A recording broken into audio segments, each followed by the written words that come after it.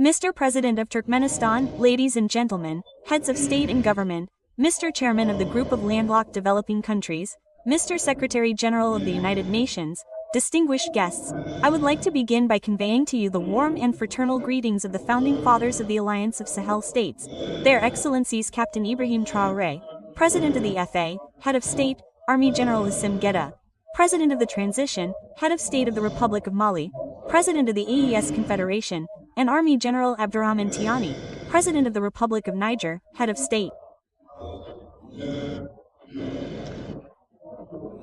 I would then like to express, on behalf of the member states of the AES Confederation, my deep gratitude to the Turkish authorities for the warm welcome and special attention we have received since our arrival in this beautiful city of Awaza.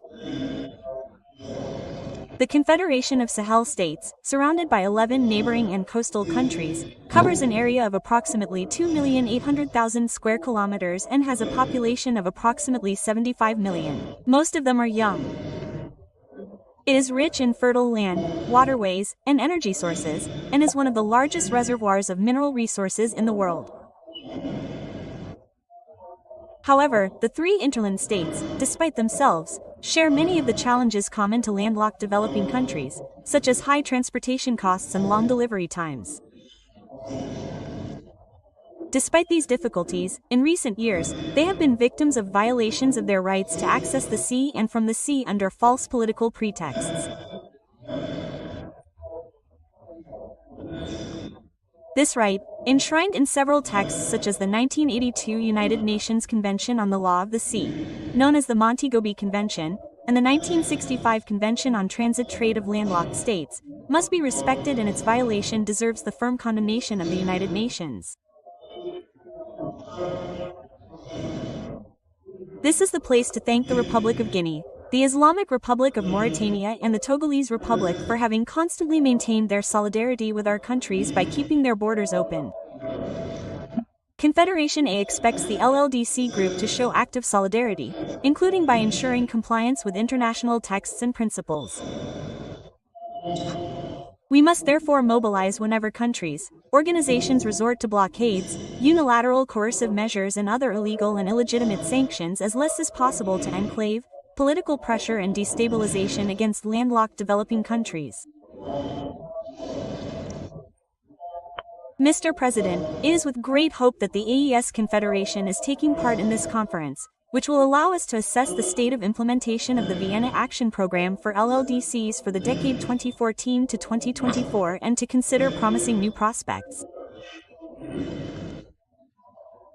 While waiting for the objectives set in Vienna to be achieved, the Confederation has taken bold and sovereign initiatives focused on endogenous development, particularly in terms of structuring projects and the mobilization of internal resources, industrialization, and the on-site processing of local products to create added value for our economies.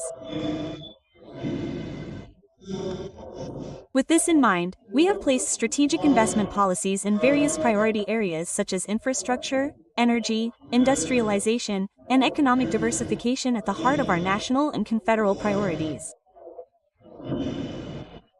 To contribute to the implementation of confederal projects in these priority areas, the Confederal Bank for Investment and Development was created.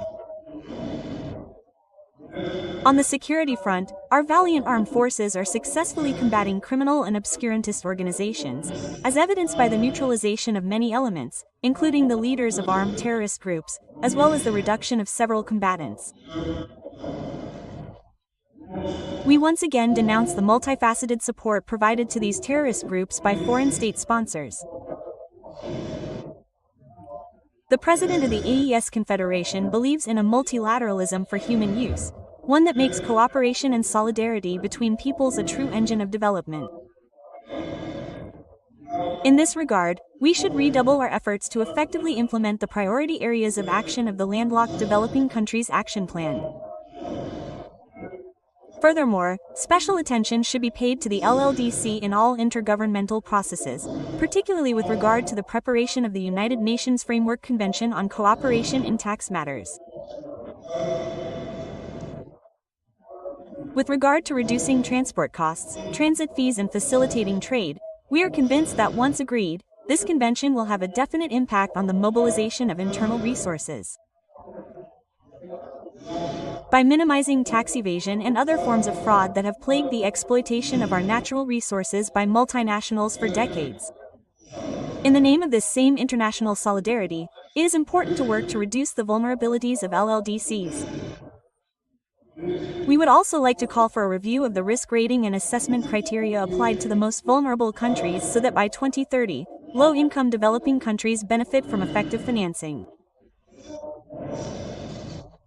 It is also important to strengthen cooperation between transit countries and non-traditional countries to develop more relevant integrated strategies that will enable them to better integrate into the global economy.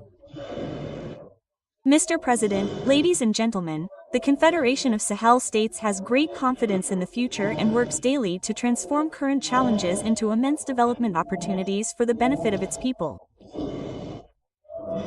Our goal is for the Sahel to remain a land of opportunity and not a region of crisis, as some opinion groups are portraying it to be.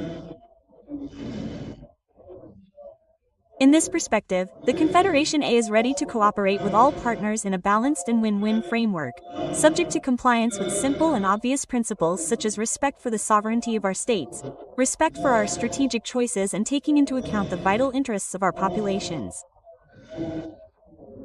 Thank you for your kind attention.